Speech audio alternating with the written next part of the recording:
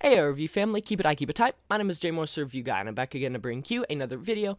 In this one, I'm going to be starting a new series that I've seen quite a few other reviewer YouTubers do, and it is where each month they go over some of their favorite releases of the month. And I decided to start mine off with October, since we are well into November, and it felt good to be able to reflect. The one thing that I should point out is this is only going to contain albums that are 8 out of 10 or higher for the channel, and luckily we had a very good very good month with October, with 7 releases getting 8 out of 10s, and this will be kind of a neat little catch-up series for those of you that aren't able to follow every one of my videos, but still want to know some of the albums that I really digged on. So kind of gauntlet style, fast style, we'll go ahead and go through these.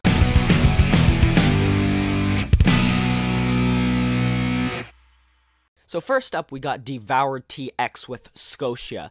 This was one of the first albums that I reviewed of October, if not the first. It was a very good deathcore album. It was one of the best deathcore albums that I have heard all year round. I got turned on this by the underground metal channel. I forget the exact name, but he runs a channel where he will release kind of more obscure underground bands in the metal sphere, and I digged on this album a lot, and as a deathcore fan, it was nice to see a really good deathcore album, so go ahead and check that out if you like that. Next up, we got Author and Punisher with Beastland, very cutting edge doom metal, industrial doom metal type of act, a solo project. It was an impressive album, considering the fact that the one-man project is fronted by, I believe, a mechanical engineer, if I remember correctly, that makes a lot of his own instruments and kind of experiments with stuff. It really produced an eerie, creepy sound that I dug on a lot. Next up, I gotta give a shout out to Algorythm by Beyond Creation. Really good technical death metal album. One of my favorite technical death metal albums of the year. There's been quite a few. There's been a lot of good technical death metal albums that have been released this year, but this is definitively one of my favorites, and go ahead and check that out if you're into technical death metal. It's very interesting, very hard-hitting, not too meat and potatoes, but meat and potatoes enough to where it doesn't sound too mechanical, it doesn't sound too overproduced, and I liked all of that. Next up is Benighted with Dogs Always Bite Harder Than Their Master. Yes, I loved this album.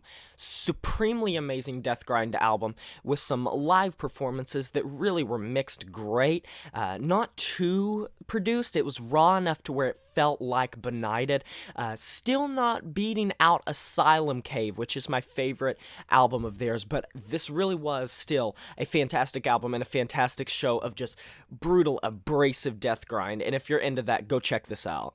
Next up is Jess Glynne with Always In Between. Yes, I love this album. This is my highest rated album of October. I gave this one a 9 out of 10. It's my it's my only 9 out of 10 of October. God, I love this album. It's my favorite pop album of the year. It has such glistening production, such amazing vocal performance by Jess Glynne, amazing song topics. I've gone back to this album multiple times. Such a good album. I loved this front to back.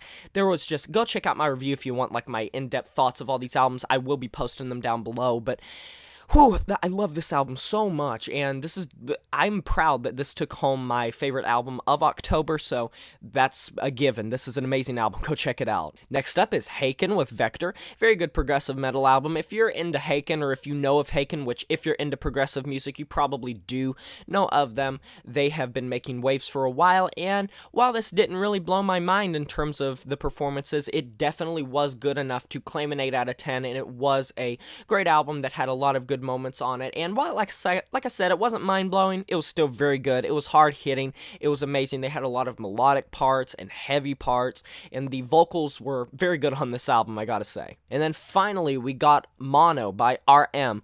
Very good kind of trip hip-hop, K-pop with some English mixed in. Very moody, atmospheric album. I liked this album a lot. I digged on it a lot. I thought it was a great album and a really nice album for RM to kind of hopefully really get himself into the mainstream more, and judging by the Billboard sales, he did. Yeah, but anyways, like I said, I'm going to put in the description all of my reviews of these albums if you want to go check that out, and there's going to be a separate playlist created specifically for this series, which I guess I'm going to just call like albums I liked this month or something along those lines.